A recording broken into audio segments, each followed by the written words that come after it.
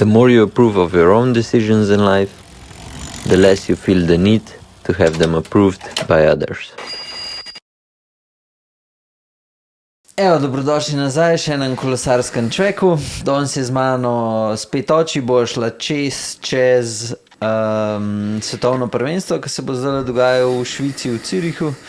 Tako da to bo v bistvu debata čez cel pogovor. Kar bi jaz prej še omenil, zdajle so se kar hitro temperature spustile, tako da se fajn oblečite, ko greste ven, nujno brezrokavnik je zdajle že nujno oblačilo za na kolo, pa tisti, ki še hočete stestirati, se pravi niž kolesa, brezplačno še ta mesec, pridite pa se bomo zmanili. Tako da, evo, ter prekinjam tale kolesarski čvek. Še vedno vas je 90%, ki se še niste naročili na kanal ali pa všečkali videa, tako da prosim vas, za vas vam vzame to sekundo časa, nam pa ful pomaga, tako da stisnite ta like, subscribite se, hvala vsem, uživite v videu, čau. To je to, ti si pogledal traso, kakšna se ti zdi?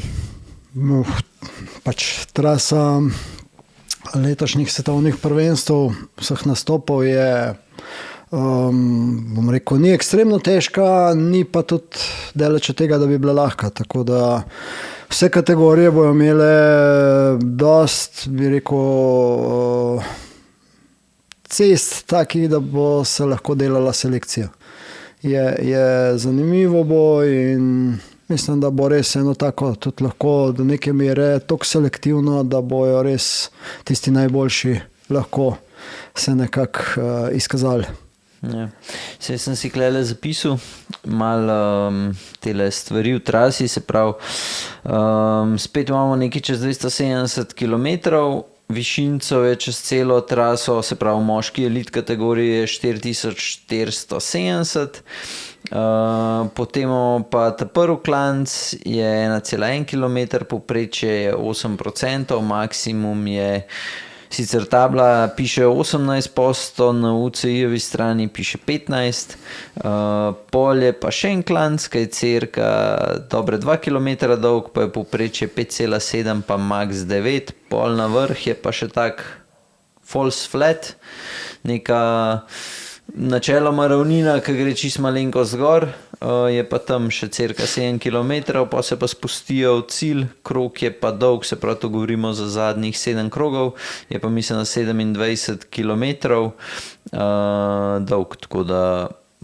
ne vem, tukaj, kar se tiče trase, a se ti zdi, da je bolj narejena za te, ki so zelo dobri na klasikah, ali tudi se pravi za hribolazce specifične, te, ki so malo lažji?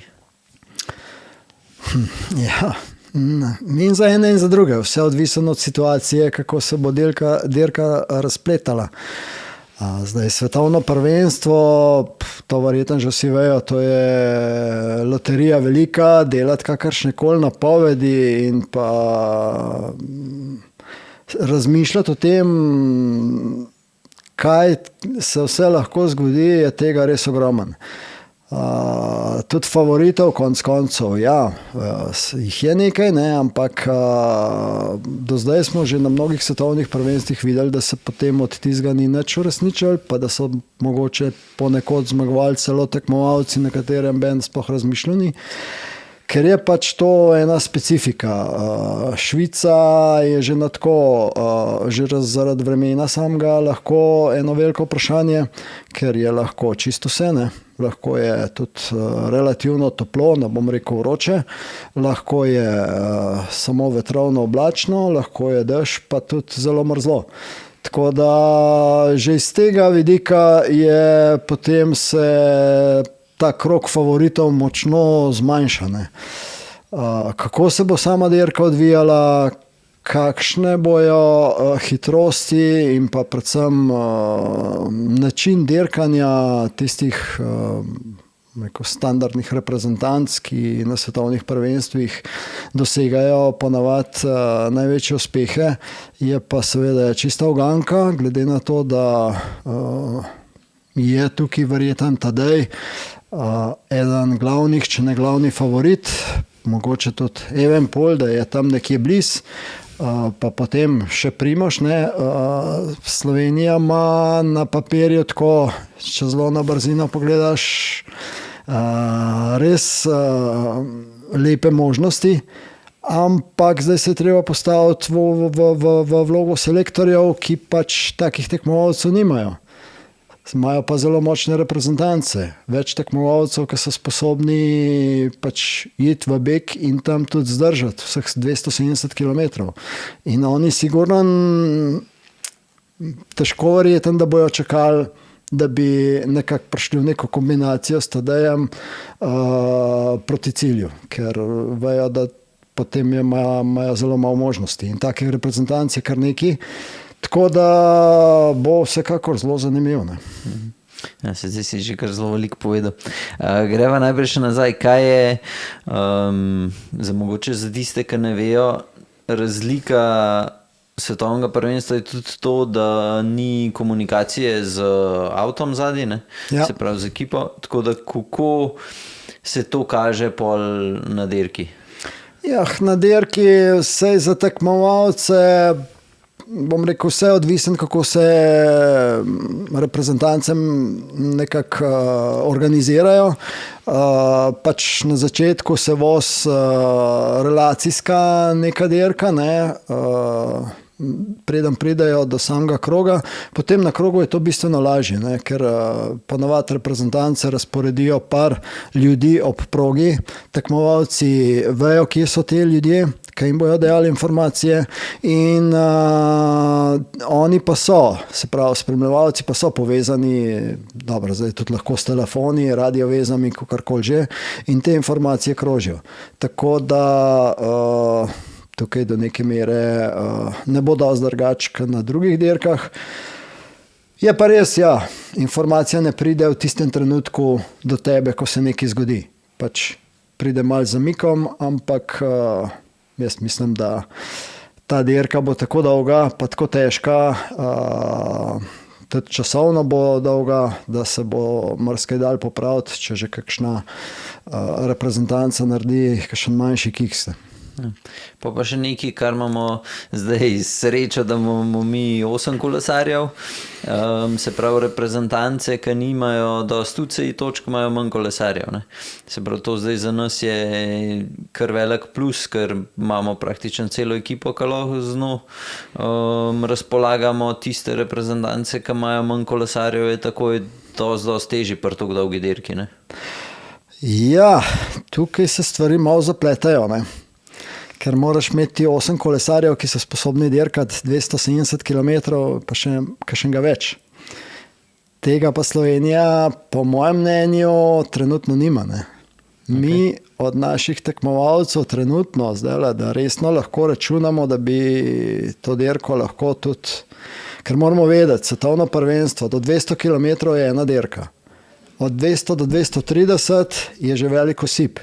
Od 230 do 270 je pa zelo, zelo malo tekmovalcev, ki bojo štartali, ki bojo sposobni še, da rečemo po kolesarsko ridi dvigati sedeža. Kar pomeni, da so sposobni še kaj pospešvati, narediti kakšen šprint, iti v beg, kaj take stvari, ali pa šprintati na koncu. In ja, tukaj smo pa mi pol malo krajši, kot pa določene tiste, bom rekel, v narekovajih, velike reprezentance.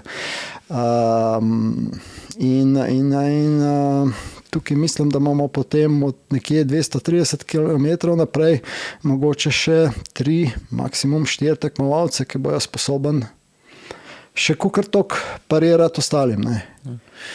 Mislim, bolj sem mislil v smislu to, da prvih, ne vem, 150-200 km je ekipa, ki zgleda so sposobni. Mislim, saj na papirju imamo po moje najmočnejši ekipo poleg belgijske, po moje.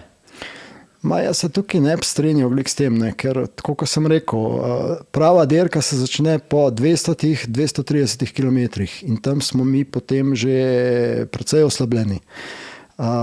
Recimo ekipe, da bom izpostavil Dance, ki so zmer močni, Potem so tukaj Francozi, ki jih tudi nihče ne omenja, ampak oni, ki oblečejo tisti dres svoje države, so sposobni marsikaj še narediti še bistveno več, kot je pa prej pokazal mogoče čez sezono. Pa tudi treba je vedeti, da te fantje dirkajo celo sezono, že od mladih nog so navajeni takih enodnevnih dirk in imajo to nekako v nogah in tudi v glavah, kako se dirkajo te enodnevne dirke. Tako da oni pa jasno potem Belgijci, Nizozemci, to so te ekipe, ki imajo vedno veliko pri tem, kako se dirka odvija pri samih taktikah in načinu vožnje. Španci sigurno nekaj manj, tudi Italijani letos bodo verjetno bolj tenko piskali, ker nimajo nekega izrazitega tekmovalca, ampak tudi njim. Ja, vedno se jim nekako uspe potem pridružiti pa izvleči z nekim rezultatom. Tako da bo zelo, zelo zanimivo, kako bomo mi lahko dirkali na dober rezultat Tadeja Primoža. Verjetno, da za Mateja Mohoriča, da bo to pretežek krog na koncu. Jan Tratnik, on je tisti, ki je lahko tudi nek Jolly, ampak tudi on bo imel verjetno malo težav proti koncu, ker ta vzpon, pač spolni ta krog je zahteven, ampak veliko bo pa od vremena odvisen, to pa sigurno. Okay. Se pravi, ko poslušal sem, pa prebral sem že tudi zdaj par stvari in napovedujejo v bistvu vsi bolj ka ne boj posameznikov na koncu, niti noben, vsaj to, kar sem jaz poslušal, noben niti ne omenja, da je ekipa toliko pomembna tukaj na tem krogu. Se tebi to zdi, mislim, se ti zdi to nekako res ali pač je ekipa pomembna? Če bojo res dirkali tako, kot so recimo na nekaterih dirkali, ko je recimo Pogačar ali pa tudi Evenepoel pač razmetal konkurenco, je to sicer mogoče. Po drugi strani je pa tako, ne? Eno je, ko ti dirkaš svojo ekipo, kjer je res 8 tekmovalcev, ki so vsi navajeni en drugega, vejo točno v detajle, kaj je treba narediti, kako je treba narediti in so zaradi klubskih notranjih zavez dolžni to res narediti in tudi naredijo. Saj pri teh največjih ekipah. In recimo tako, kot je Tadej zdaj zmagal na dirki v Montrealu, mi za zaključek svetovnega prvenstva nimamo take ekipe, da bi lahko to naredila v zadnjih krogih, kot je UAE naredil. Da je praktično že selekcijo naredil skoraj rečemo do maksimuma, potem je pa Tadej samo svoje dodal. In v tem smislu je potem lahko dirka tudi malo drugačna, ne? Ker sploh, če se bodo pokrivali en drugega, recimo Evenepoel Tadeja, Tadej Evenepoela, potem je to pokrivanje na zelo blisne. In ko probaš pa vidiš, da ne gre, potem ne greš, ne rineš z glavo skozi zid, ne greš v, ne vem, to, kar bi naredil recimo lahko zdaj, tako kot je naredil na Montrealu. In podobno tudi, tako kot je naredil Evenepoel na Liège-Bastogne-Liège, ker je pač naredil en skok, se odpeljal in je bila zgodba končana. Tako da ja, svetovno prvenstvo zna biti malo drugačno, no, kot pa si mogoče vsi nekako kot novinarji predvidevajo, da bo to v bistvu bolj dvoboj Evenepoel Pogačar, ostali so pa bolj tako za okrasek zraven. Lahko se zgodi, da bo dirka se odločila tudi dosti prej, ampak ne med njima, ampak da bo že nekdo odspred tak, ki bojo imele recimo 3-4 reprezentance vsi interes, ker bojo imeli tekmovalce, ki lahko doseže odličen rezultat. 100% sicer ni, da bo zmagal, ne? Ampak boljši je pa kot, da pride za recimo v zaključek z Evenpolom pa z Pogačarjem, kjer pa nima nobenih šans. Zdaj si omenil, se pravi, favoriti te, vsaj meni glavni trije, Remko, Pogačar, pa mogoče še Van der Poel, sicer zdaj na evropskem se ni glih super počutil, vsaj kakor sem prebral. Koga pa imaš pol, ok, pri nas si že omenil, kaj pa iz kakšnih drugih ekip si kaj pogledal, kdo bi mogoče bil lahko še kakšen možno za zmago isto, da preseneti. Saj na svetovnem prvenstvu je ravno to največ problem, ne? Ker recimo v teh reprezentancah, ki sem jih že prej omenjal, so več ali manj imajo 6, 7, celo 8 kolesarjev, ki so približno na istem nivoju se izkazali skozi celo sezono že. In nekoga izdvojiti praktično ni. Tako da je težko reči, ampak kot sem rekel, sigurno med temi 4 reprezentancami, 5, Francozi, Danci, Belgijci, Nizozemci, Nemci konec koncev, ne, je po vsej verjetnosti treba tudi na njih biti pozoren, ker jaz mislim, da se niso predali zaradi tega, ker je pač glavni favorit Pogačar ali pa Evenepoel. Zdaj sem pozabil, a se mogoče spomniš, ko so gledala dirko tole Quebec? Ja. So bili 3 spredi od Lotto Destinyja, mogoče veš, kjer je Deli, vem, da je bil? Ja, Deli je pač bil tisti, ki je bil najbolj izpostavljen, ampak poimensko se je težko, ker teh kolesarjev zdaj je res veliko, ne. To ni več tisto kolesarjenje pred 30 leti, ko je nastopal 300 profijev. Zdaj jih je bistveno več, mladi so, prihajajo in ja, bi mogel res pregledati, pa tudi konec koncev lista reprezentanc še niti niso prišle ven, ne, štartne liste bojo šele prišle in takrat bo mogoče malo lažje kaj reči. Eden, ki je mene zdaj v Kanadi presenetil, je bil Alaphilippe, ne. Alaphilippe je lahko zelo, zelo nevaren, ker je zna se, mislim, ima izkušnje, zna se pripraviti na enodelne dirke, svetovno prvenstvo je zmagal že tudi kot, rekel, na pol outsider, ker ga nihče ni pričakoval, pa je zmagal. Potem na koncu in zdajle v Kanadi se je pelal verjetno bolje kot v najboljš, kar je v letošnji sezoni do zdaj pokazal. No. Pa tudi videl se je, da res hoče, da ima željo in je se mi zdi, da zna biti eden od teh tekmovalcev, ki bo zelo navaren. Ja, jaz bi tukaj mogoče, ker sta mi bila še zanimiva, pol sploh mogoče na Quebec, ki je zmagal pač Matthews, ki v Avstraliji, vsaj kakor se spomnim že prejšnja leta, se kar določ že, kdo bo njihov kapetan, za koga bojo dirkali in pol grejo praktično vsi za enega, mogoče imajo še B opcijo, ampak to je to. Pa Jorgensen, ki pa isto v Ameriki, mislim Američani, ki imajo pa tudi ekipo, vsaj kakor sem gledal, so isto zelo, zelo močni in predvidevam, da on mogoče še McNulty, da bo ta une dva, ki bojo pač ciljali na njih in Jorgensen se isto, mislim, je nek tak, ki če skoč, ne vem, par krogov pred koncem, ne ima isto motor, ki načeloma lahko zdrži kot Matthews. Ne vem, jaz ga ne vidim, da bo skočil prej, ga bolj vidim, da bo ulovil pol na konc, ko bojo prvi pobegnili v klanc gor, pa on do cilja probo jih ujeti.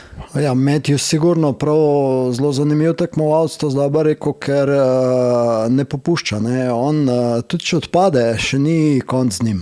In tukaj je neka proga, ki po tem po spustu se da še kaj narediti. Tudi gor na vrh, po tem drugem sponu, ko pridejo na vrh, je teh 7-8 kilometrov, to je vse valovito, malo gor, malo dol. Če bo malo vetra še, potem se tam lahko še vse polovi nazaj. Saj tisti, kar bo še ostal resnega na dirki. In ja, Matthews je siguren tekmovalec, ki ne bo šel v solo vožnjo proti cilju, za razliko od Jorgensena. Jorgensen je pa sigurno, če mu pustiš 100 metrov prednosti, zna to držati tudi nekaj kilometrov in zdržati celo do cilja. Ne. Tako da, ja, scenarijev je cel kup in tako, kot sem rekel, svetovno prvenstvo je ena velika loterija. Tudi moraš znati malo igrati, moraš znati malo, bom rekel, po kolesarsko gamblat in predvsem na koncu zadnjih verjetno 20 kilometrov te, ko ostanejo v igri, se po večini dobro zavedajo, da imajo mogoče v nogah še en metek. Zdaj pa ali ga bo pred ciljem ali pa v ciljnem šprintu porabil. In tukaj je potem, ja, tisti, ko pa radioveza ne pomeni popolnoma nič, ker tam ti pa noben trener, niti športni direktor, kdorkoli že je, ti ne more nič pomagati. Ja. Pa tudi trasa je tako zanimiva, da če bi rečemo ki je sam za gorske etape narejen, je še vedno pol 15 kilometrov nekega tazga profila do cilja, da te še vedno oni zadnji lahko ujamejo. Podoben tako kukar na teli ta prvi klasiki Milan San Remo. Se mi zdi, da je tak, ko pridejo na vrh, je še vedno, tam je sicer spust, klepal ta false flat, se pravi neka ravnina, ki se malo spenja skozi, pa je pa spust in pa si v cilju. Tako da se mi zdi, da je še koliko 15 km je do cilja, ko pridejo na vrha. Ne? In je, tako da zna biti, ja, če si strošil vse v klanc gor, te lahko komod, če skupina, ne vem, 5-6 zadnji vstane, ujamejo, sicer ponovati je bolj, če sta samo dva, ne, kukor pa če jih je več, ampak ja, mislim, to trasa tako je zanimiva za nas, ko bomo gledali. Ta ravnina gor na vrh je zelo, zelo nevarna. Ne? Na takih trasah, ponavadi na takih krogih se velikokrat zgodi, da v bistvu tista ravnina, v narekovajih ravnina, ko pravim, gre vse malo gor dol, je lahko tudi odločilna, ne? Ker na klanc se vsi favoriti ponavadi zelo natesno spremljajo en drugega in tudi če nekdo poskuša, je zelo težko narediti kakšno veliko razliko. Medtem ko gor na vrh, ko pa se ti fantje, ki so na klanc porabili kakšen metek več, ko se ustavijo, lahko pridejo od zadaj tisti, ki pa tega metka niti niso imeli do takrat. In ko se to od spred ustavi, lahko preletijo od odzad nek tekmovalec, ki noben na njega ni računal. In seveda tudi favoriti se pol med sabo pogledajo. To smo na dirkah že velikokrat videli in na ta način se zgubi tisti prvi trenutek in potem je to zelo težko ujeti na takih dirkah. Ne. Tako da sigurno bo tudi zaradi trase dirka zelo zanimiva, predvsem pa tudi, ne smemo pozabiti, tukaj je še ta spust, ne, ki ga jaz sicer ne poznam in tudi po profilu je težko reči, kakšni ovinki so navzdol, kakšne so hitrosti in v zaključkih, ko je utrujenost res velika, se mirno lahko pripleti tudi kakšna nevšečnost, kakšna nepazljivost in se tudi tam lahko še kaj spremeni. Okay. Zdaj vam pa še en zanimivo vprašanje, ki verjamem, da bi ga zelo veliko ljudi rad slišali.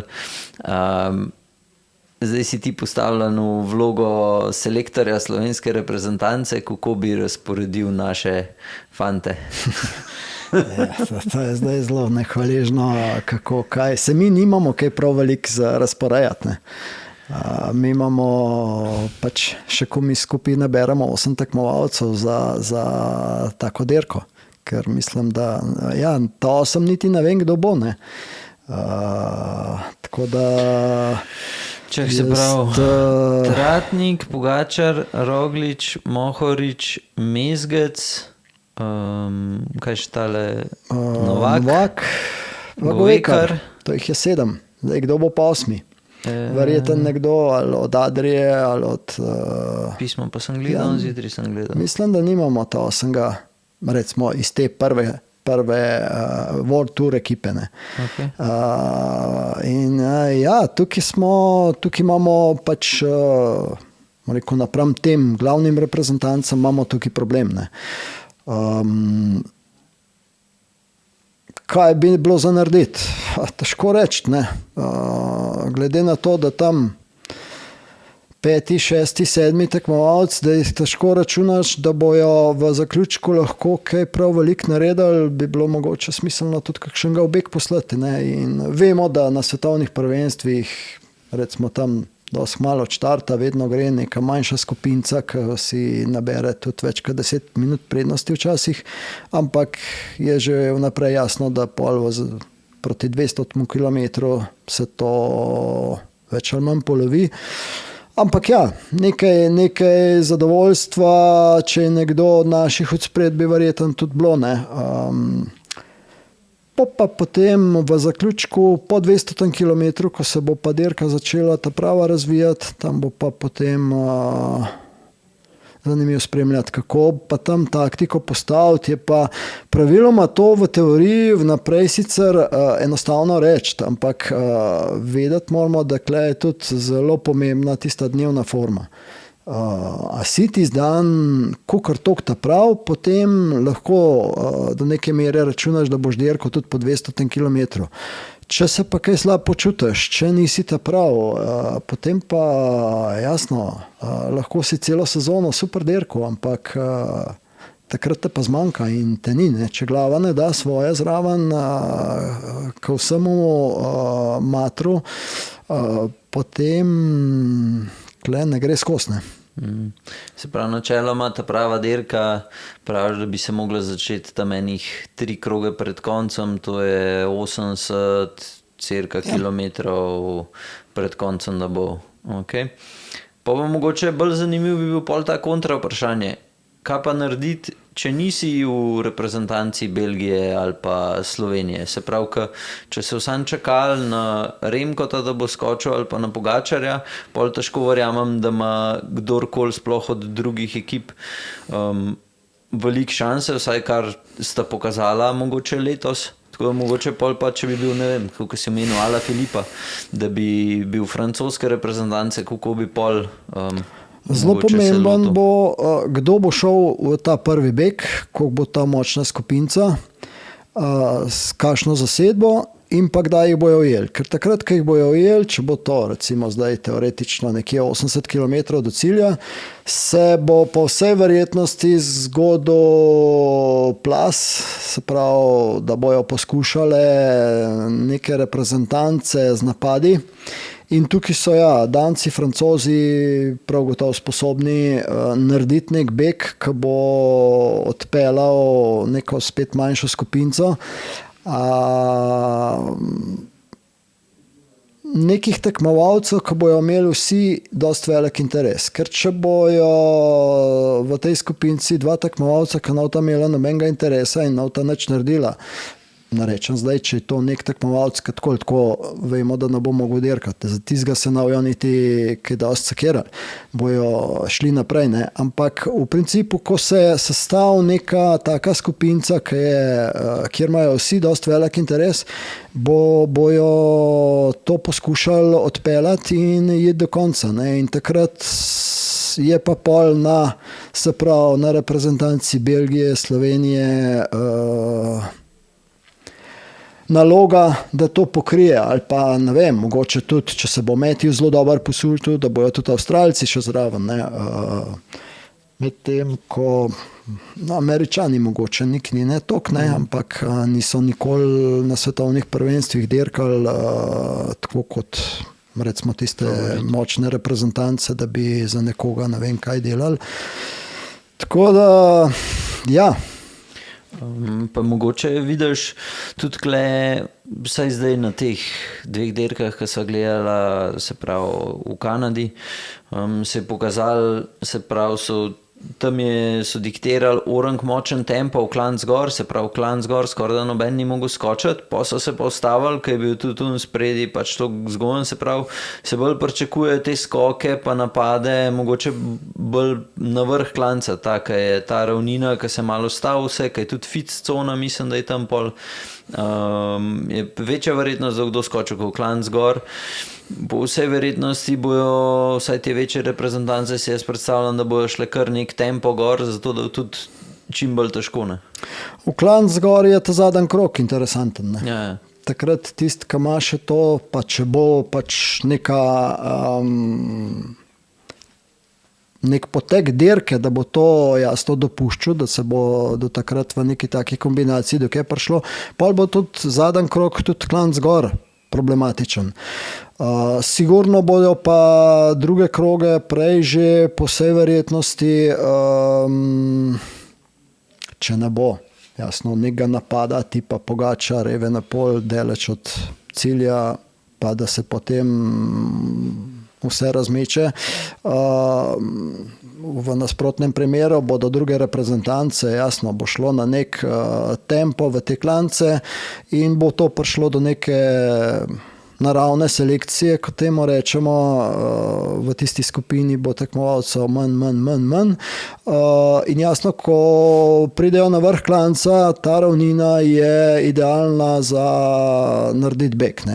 Ali tudi, ko pridejo že s klanca dol, tudi tam, vse te vmesne točke, kjer so ravnina, kjer je možno, da tisti tekmovalci, ki niso glih neki super specialisti za skoke v klanc, recimo, bodo poskušali pač tam, dokler bojo pač to mogli. To so predvsem, recimo, Belgic, Tiš Beno. On v klanc redko skoč, ne. Ampak ja, ko pa pride gor s prvo skupinco, takrat pa lahko vedno pričakujete od njega, da bo nekje poskušal. Ne. Pa še marsikšen tak tekmovalec je. Okay. Je nič? Jaz mislim, da so prišla do zaključka. Imaš še ti kaj za dodati, da se to nam tekaj? Ja, jaz dodam lahko edin to, da bodo tudi vse druge dirke zelo zanimive. Tako da ne pač misli, da je samo ena dirka na svetovnem prvenstvu. Tudi mi konc koncev mislim, da imamo v igri kar nekaj in mladih tekmovalcev, tudi pri puncah je mogoče, da bomo videli kakšno mlado nadobudno, ki bo v igri za dober rezultat.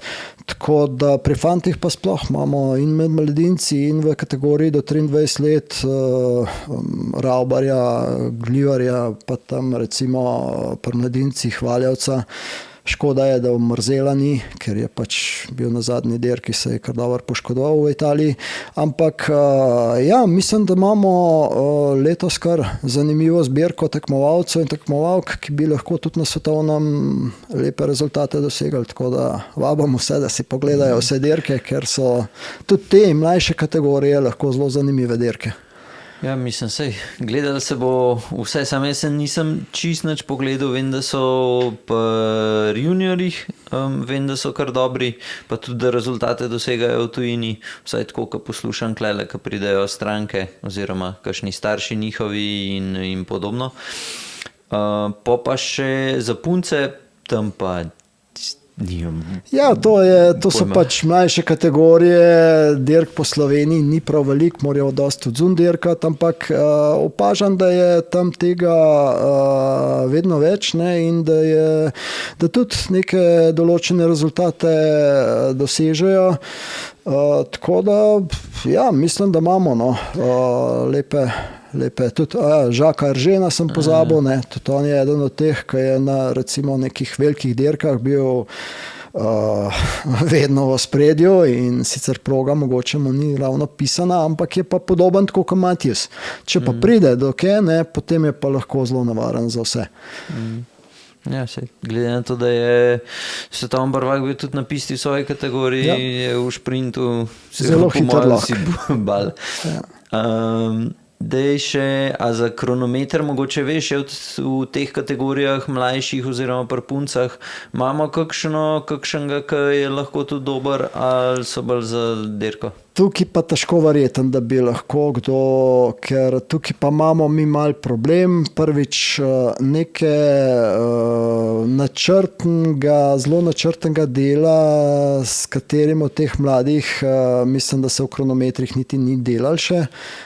To pri nas začnejo delati bolj pol kategoriji do 23 pa naprej, tam, kjer se pač tekmovalec že malo izkaže z nekimi nastopi, da bi lahko tam bil boljši, ne.